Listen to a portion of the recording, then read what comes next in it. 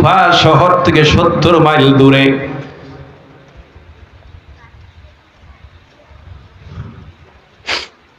ফোরাত নদীর কিনারায় ওই কারবালার জমিনে ইমাম হুসাইনকে দিয়ে গেছে।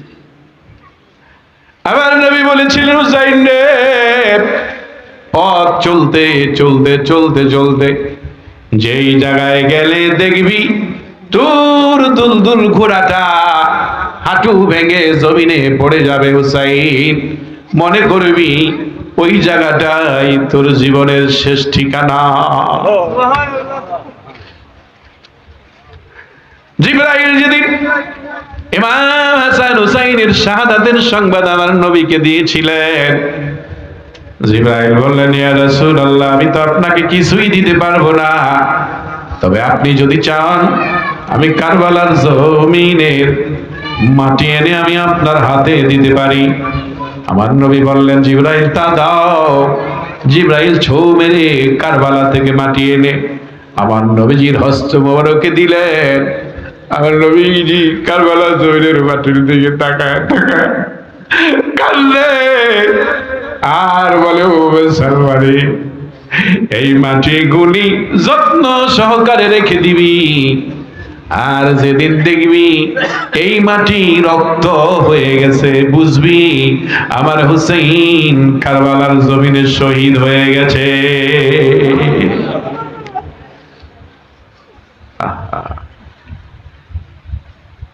বন্ধুরা আমার,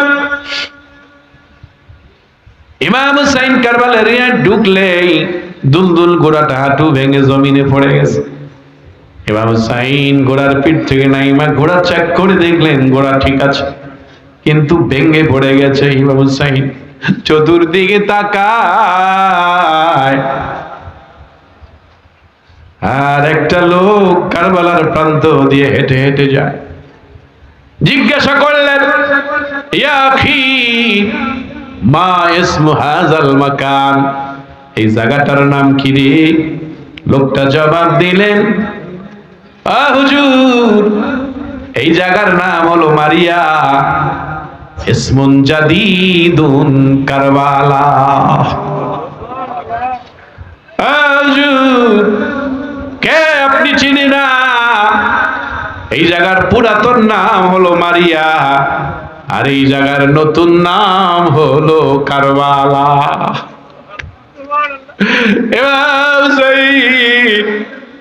বুঝতে পারলেন জীবনের শেষ সময়ে তিনি চলে এসেছেন। সঙ্গী করে ডেকে বললেন, এরে 72 জনের কাফেলা, তোমরা সবাই আসো, আমার কাছে আসো। সবাইকে ডেকে এনে বললেন, এই রাতের গভীরে, আজকের রাত, কোন রাত? এই রাতের গভীরে তোমরা মদিনা রাস্তা ধরে সবাই চলে যাও রে কাসিম, ও আলী আসগর, আলী আকবর, ওরে আব্বাস, ও মুসলিমের ভাইয়েরা, সব তোমরা মদিনায় চলে যাও। স্ত্রীকে ডেকে বললেন, ও শহর বানু।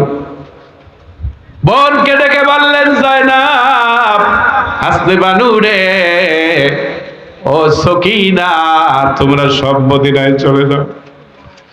কেন, আপনি বুঝি যাইবেন না? কয় না, আমি যাব না, আমি এই জায়গায় থাকবো, এই জায়গায় আমি থাকবো। কয় আপনি যদি না যান, এটা কি বলেন, কেমন কথা বলেন?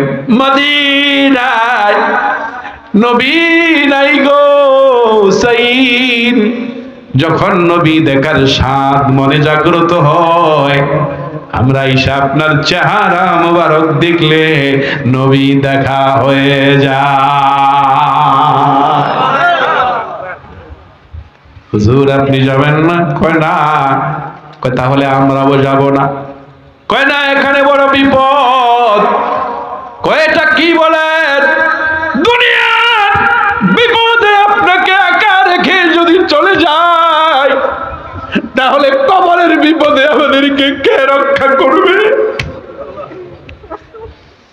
হাসরের দিনের বিপদে রাসূল আমাদের খবর নিবে না? আপনি থাকলে আমরাও থাকবো, আপনি গেলে আমরা যাব। আল্লাহু আকবার বলে।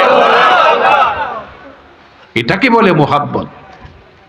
কথা ঠিক? কয় ঠিক আছে।